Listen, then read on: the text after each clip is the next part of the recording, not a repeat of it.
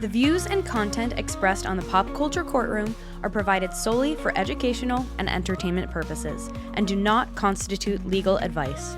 For any legal matters, please consult with a licensed attorney.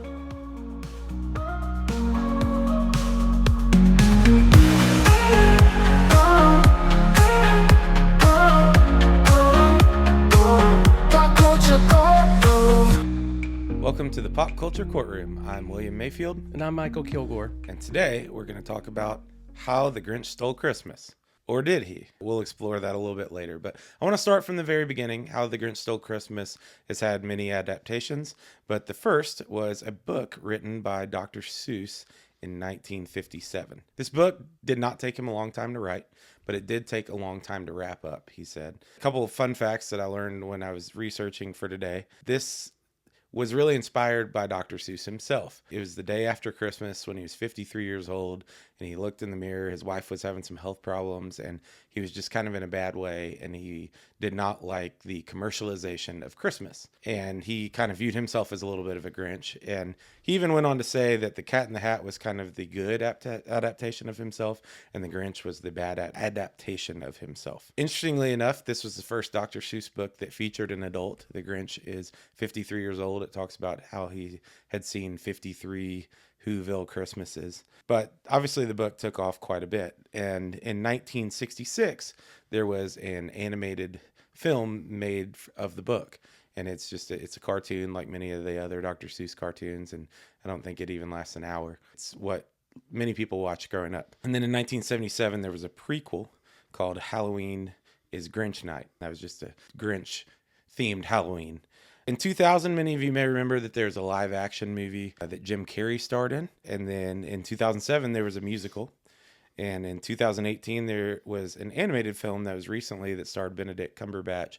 And it was a little bit more advanced, a little bit more, I don't know if it's Pixar, but Pixar-ish, if that's a word, in its development. And it was a bit of a longer movie. But long story short, this has had many adaptations. It was advanced in the technology, but not so much the content.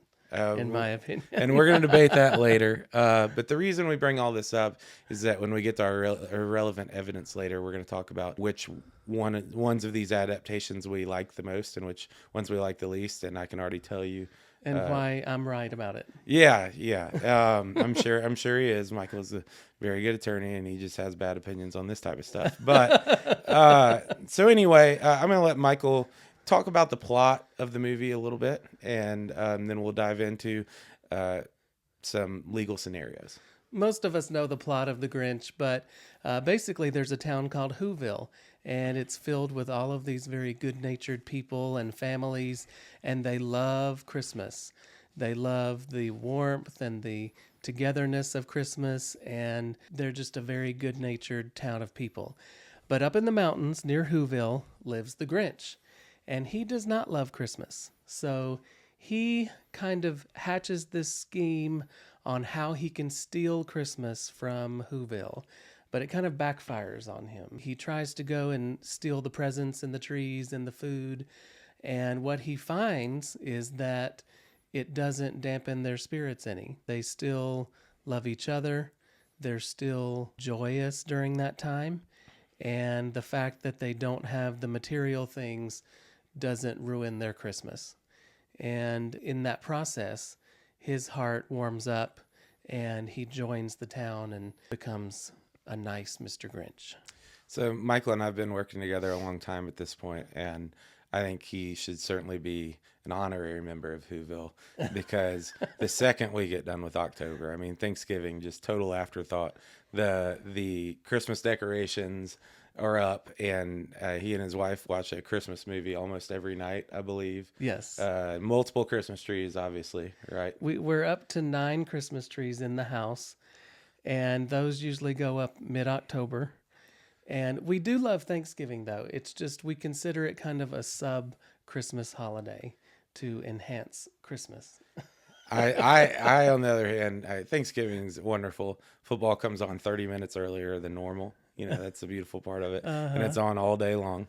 But there's now a football game on Christmas too. So, you know, Y'all can kind of see what I base my holidays on. But no, I love Christmas as well, just not quite as much as Michael. But what we wanted to talk today about that makes this movie, this book, this film, this musical, and every adaptation is the unique effect of the result of the Grinch's actions. In previous podcasts, we have talked about negligence frequently.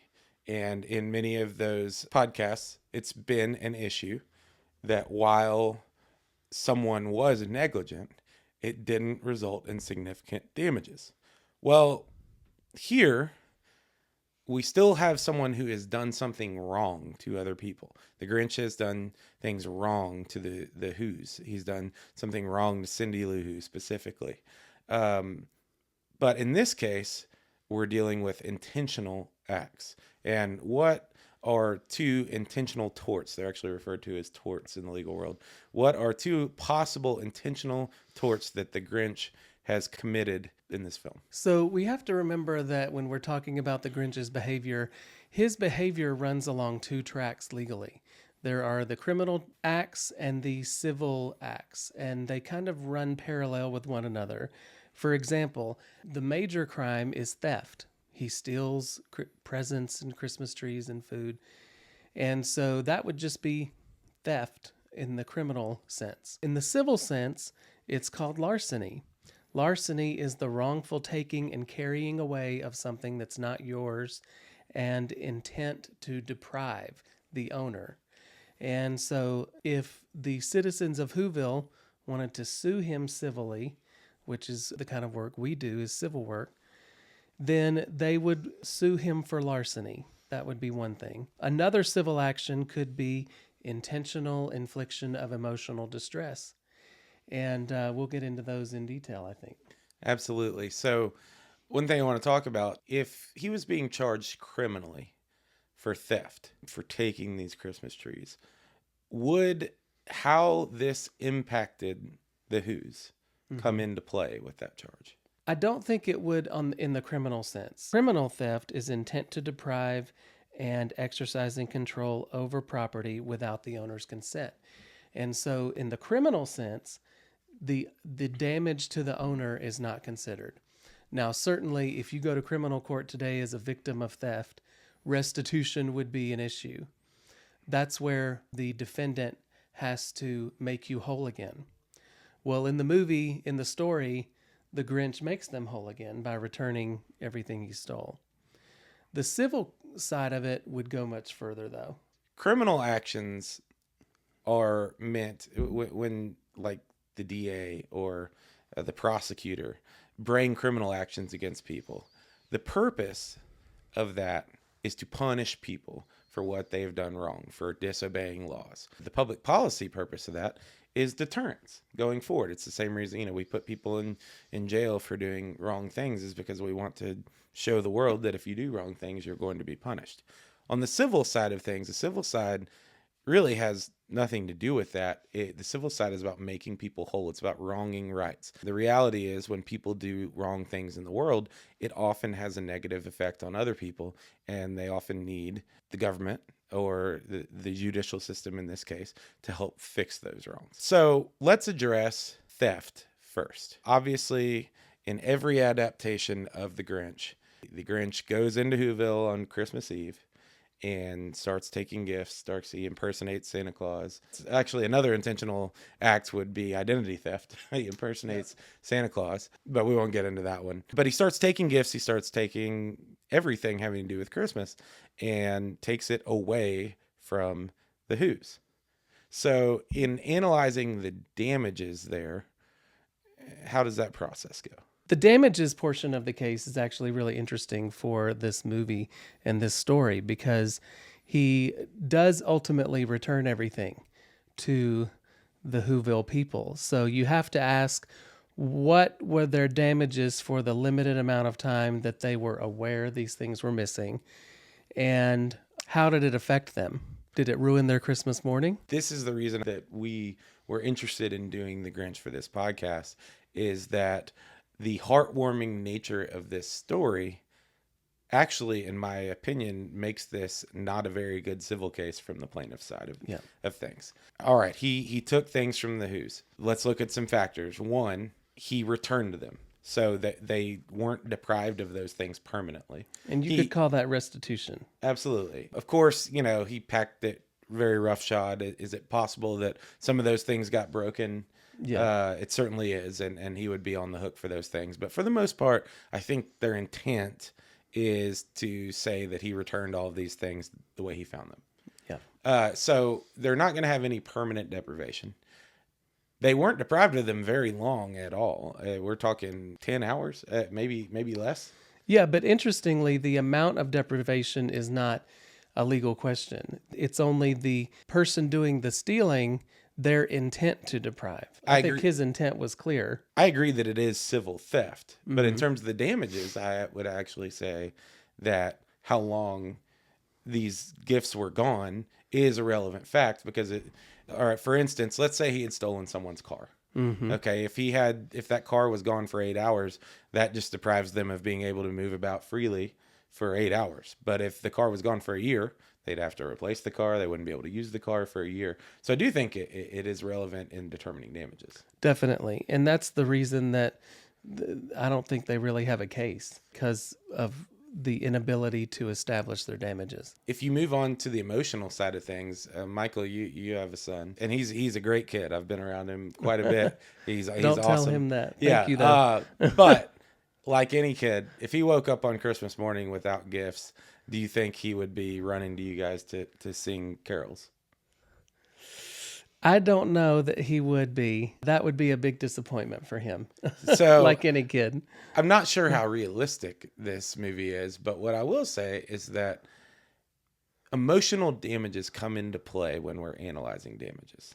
Yeah. And in this case, while it is heartwarming that all the Who children and all the people of Whoville got together and went about Christmas as normal, while that is heartwarming, it's at least a factor in analyzing how emotionally affected they were by all of this. Right. It's not the only factor. If I were representing them, I would get up and say, look, just because we pushed through this, just because we put on a good face, doesn't mean that we weren't affected. We just thought it was important to push through this and have Christmas as normal. But it is, at least in part, some evidence that they weren't super emotionally affected by not having these material items. Right. And if you can't show damages, you don't really have a civil case. The case could be prosecuted criminally if the victims were willing to cooperate with the state. And the way they treated the Grinch at the end by welcoming him kind of gives me doubts as to whether they would show up for court and testify against him. Right. I mean, they forgave him. I mean, I that's why this probably wouldn't be a case period, is because their conduct suggests that they probably wouldn't even bring a case as plaintiffs. They forgave him. He cut the roast beef. That was actually the part that Dr. Seuss said he had the toughest time closing this book was how does he get the Grinch out of this mess with the people of the Whovilles? And he never really fully settled on it. He had lots of themes that he was going through, and he just roast beef rhymed with something else. So that's kind of what he went with. But the way they treated him, the way they forgave him, makes me doubt that they would even want to take a case. Now, that's not to say that their forgiveness in and of itself bars them from bringing a claim, right? Right. Well, they could bring a claim, but they'd have to find an attorney willing to take it on. And I just don't know that the value would be there on the civil side. Obviously, the district attorney could bring the criminal charge. One last thing that struck me in regards to the theft, in some variations of this movie, Cindy Lou Who gets up in the middle of the night and she sees the Grinch pretending to be Santa Claus, and she thinks he's Santa Claus. Once she figured out that someone was in her house that actually wasn't Santa Claus, there could certainly be emotional damages from that going forward, correct? There could be. You would have to see how it affects her. I've done a lot of work with emotionally injured children, and one thing you have to show is how is it affecting their lives? Are they performing poorly in school? Are they withdrawing from social activities and sporting events? You have to really see it in their behavior and their ability to manage stress. And so someone would have to watch Cindy Lou for a while and find out if it, in fact, did affect her in a negative way. Kind of going to what we do, I frequently we'll have a client sign up with our firm and we'll kind of talk about how the case is going to go. And then like a month in, before they're even done treating, they'll call and ask, so what's an update?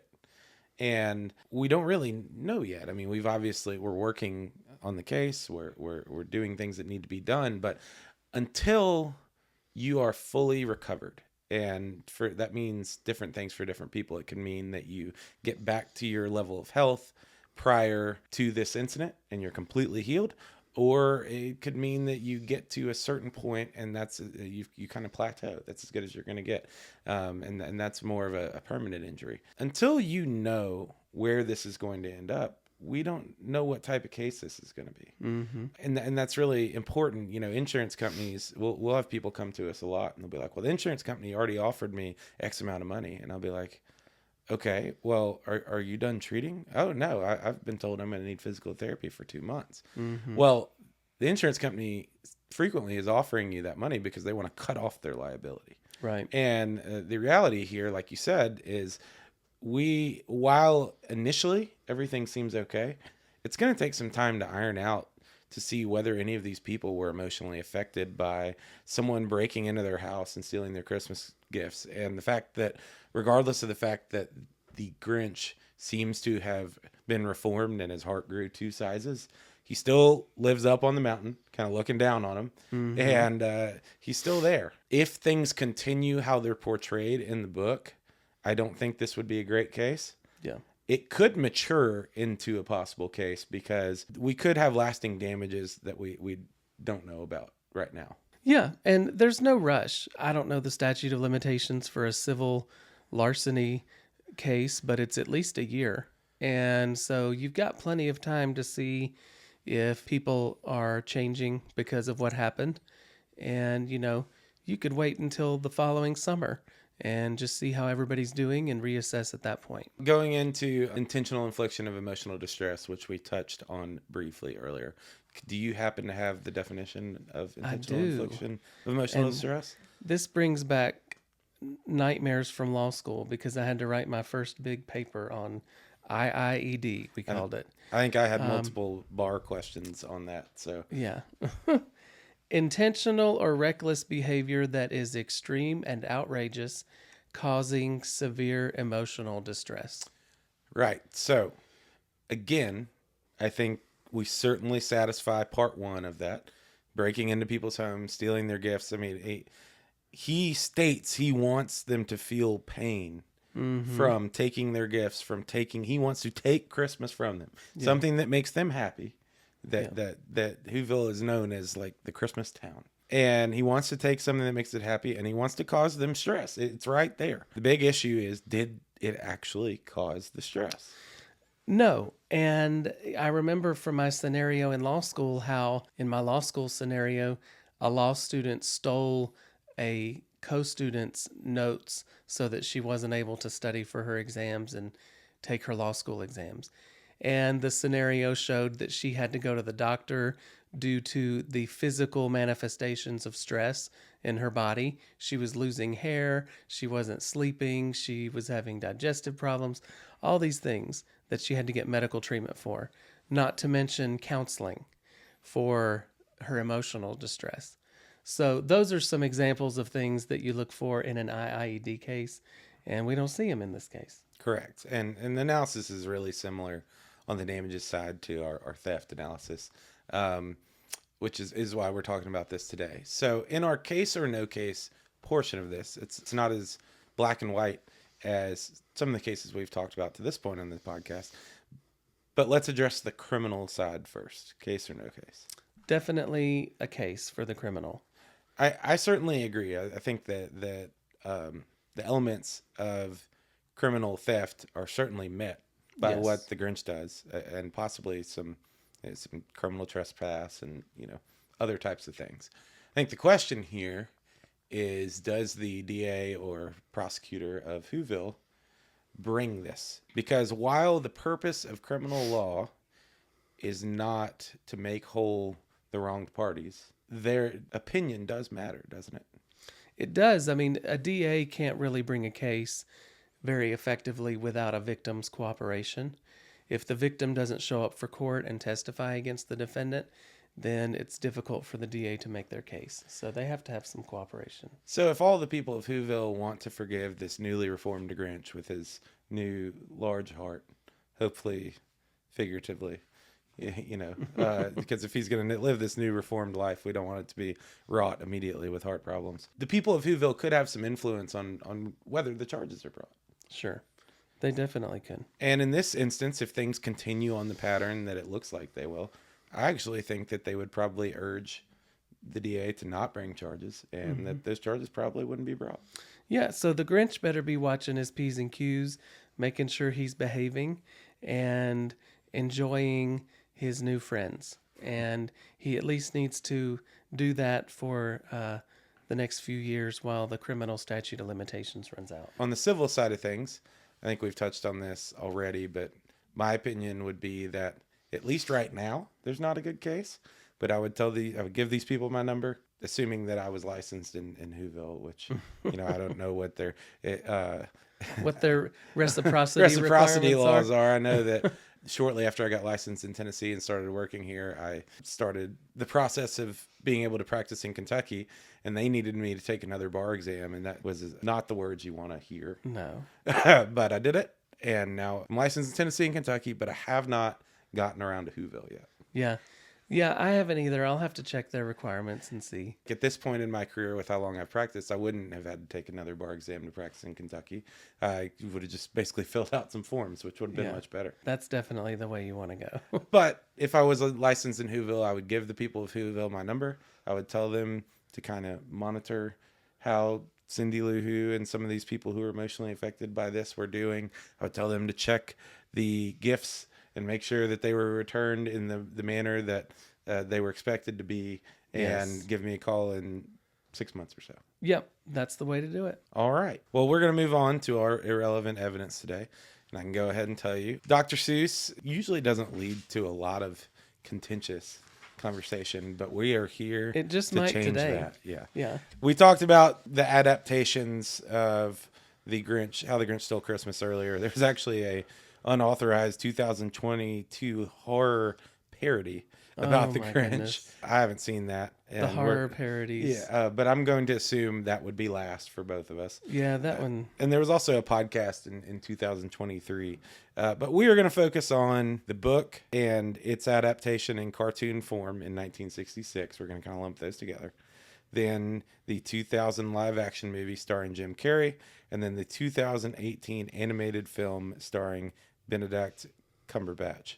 And Michael, why don't you give us your outlook of the three, and then I'll give my outlook, and we will debate. I'll give you my reasons for why I'm right. Okay. Okay, so the original is number one. The second place goes to the 2017 Benedict Cumberbatch version, and number three goes to the Jim Carrey version. So I like the newest one best. That's where Michael and I differ. Then I like the cartoon version next. And then distant third for me is the live action movie starring Jim Carrey. So before we get into what we don't agree about, let's talk about what we do agree about. Okay. I loved The Grinch growing up. I loved Dr. Seuss in general. Loved Green Eggs and Ham, loved Cat in the Hat. Just some of my very first memories. I even remember reading a Dr. Seuss book. In reality, I just memorized it, but I thought I knew how to read. And I think that's because my parents had read it to me so much. So I was really excited for this movie coming out. It came out in 2000. I was 10 years old. And it is probably the first time I ever went to a movie that I was excited about that I was let down. It just, to me, did not have the nature of the original Grinch movie. They really focused on the early part about the Grinch being harmed as a child, being bullied, having something happening to his face, and it was almost more of a revenge story. And then, of course, it had Jim Carrey just doing all these theatrics.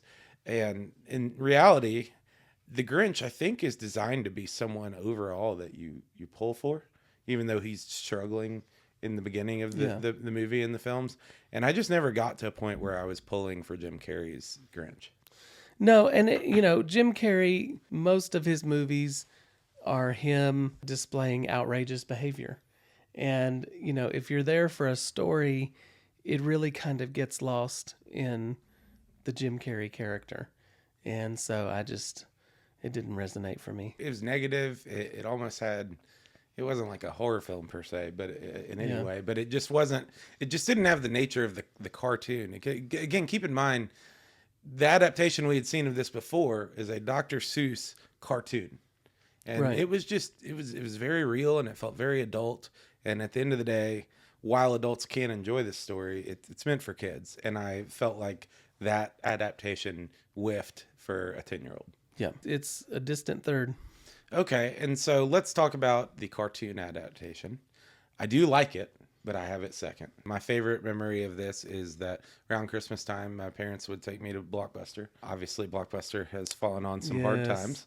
But Blockbuster was fantastic. Every time we drive around the corner where Blockbuster used to be, I'm still like kind of weirdly hopeful that the Blockbuster's going to be there, even though it hasn't been there in years. But I would go get the VHS.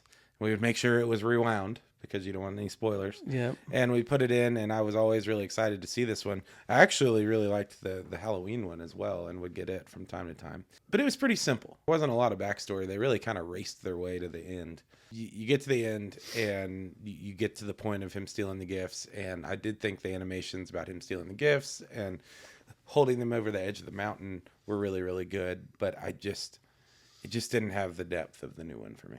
I'm afraid you're wrong this time, William. The reason that the original is the OG number one is because it follows the book perfectly. And I think a major part of the special factor of the whole story is the poetry of Dr. Seuss.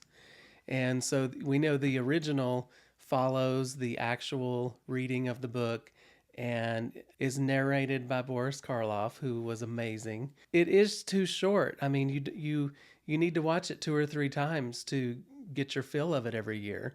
But the simplicity and the magic of his poetry is what makes it so special. I think that the newer one, the 2017 version, really loses the spark and the magic of the story by not following his poetry. They want to build out a feature-length film out of it, and it just didn't do it for me. Maybe I'm getting too old, though. Yeah, let me ask you a few questions. When you get in your car after work, not right now, but in the summer, it's hot. Do you wish you could still wind the window down? No, I'm Okay. I'm a huge So fan you like pressing the button. of the button window. Okay, and then Yes. let me ask you this. Like when you get on your cell phone and you're typing, well, actually, you're probably not even typing anybody's number. You go right to their name, right? Uh-huh. Do you wish that you were doing that dial turning? So here's the difference, Mr. Mayfield. Well, no, you We're didn't answer talking my about, question. and I'm going to You're- give you an answer, but I need to If answer you were on the fully. stand, you would have to answer the question. I will right? answer the question, and then I will give my explanation, as the judge would allow. Okay. I like how my phone works now, my iPhone. Mm-hmm. Okay. There's a difference between modern conveniences and the artistic value of a perfect thing. And I think the Grinch in Dr. Seuss's poetry is a perfect thing, and it shouldn't be changed. And so I'm never going to be sold on the new version. Well, and when you speak in absolutes like that, I understand why. The reality is this world is a better place because people have taken really good things and made them better. The Chick-fil-A chicken sandwich comes to mind, right? So how is the new version better? I came upon the new one. My wife and I were on it was actually after Christmas, our Christmas vacation in Florida. And we were in what people call a show hole, which is where we're like between shows. We had finished the one we were on before, and we were looking for something to watch. And we settled on How the Grinch Stole Christmas, which is a little atypical for us, where we don't start watching Christmas movies in September like you do. But we settled on this one, and it had the same elements that you seem to think that they crushed. It had the same elements. We had the same story. We had the same heartwarming storytelling. We even had some rhymes involved, a lot of rhymes. And, but it added things that made the story better. For one, it really sparked up the Grinch's relationship with the dog, Max. And so when you're struggling to love the Grinch, like we ultimately are going to want to do, you can look at his dog Max and the good-natured helping of his dog Max. And that kind of helps you along the way. And it also reminded us of our dog Rizzo, who was not in Florida with us, but we miss very much. So that's number one. Number two, because of their advancements in technology, they were able to show all these really cool like gadgets and gizmos at the Grinch's house.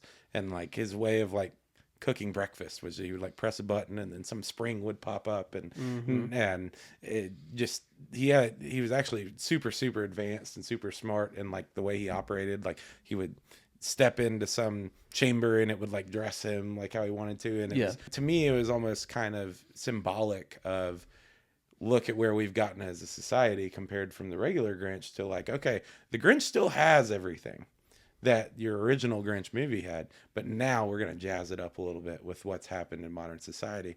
And again, I totally get, there might be something nostalgic to you about pumping that arm on the window, but in reality, the world seems to kind of balance what things from the past should remain and are good, and what things from the past can be improved upon. And I thought this new film, it expanded on the universe and expanded on the story. It kept almost all of the really good elements from the original, and it kind of showed where we got to as a society today. And further, by making the story a little bit more modern, it helped keep the original one alive. You make a very compelling case, William. You're allowed to be wrong, but I feel more compassion about your position now. So good job. I appreciate that. It reminds me of the LeBron and Michael Jordan debate I've had with a million different people. And, some people just stick with their guns, and some people are open to change. And I'm not going to necessarily call you wrong. I'm just going to call you incorrect. Oh, well, thank you. That's a very generous Christmas spirit. But anyway, it's been a lot of fun today. If y'all get a chance, if you don't have much time and you're stuck in the past, check out Michael's favorite version of the Grinch, the cartoon. And then if you find yourself with some time over the holidays and you want to watch a really good movie, check out the 2018 version. We've had a lot of fun today. We really appreciate you guys joining us here on the Pop Culture Courtroom. I'm William Mayfield. Michael Kilgore. See you next time. Thanks for stopping by. The Pop Culture Courtroom is a Matt Hardin Law production. If you've been involved in a car wreck or any other type of personal injury or wrongful death case, check us out at matthardinlaw.com or give us a call at 615-200-1111.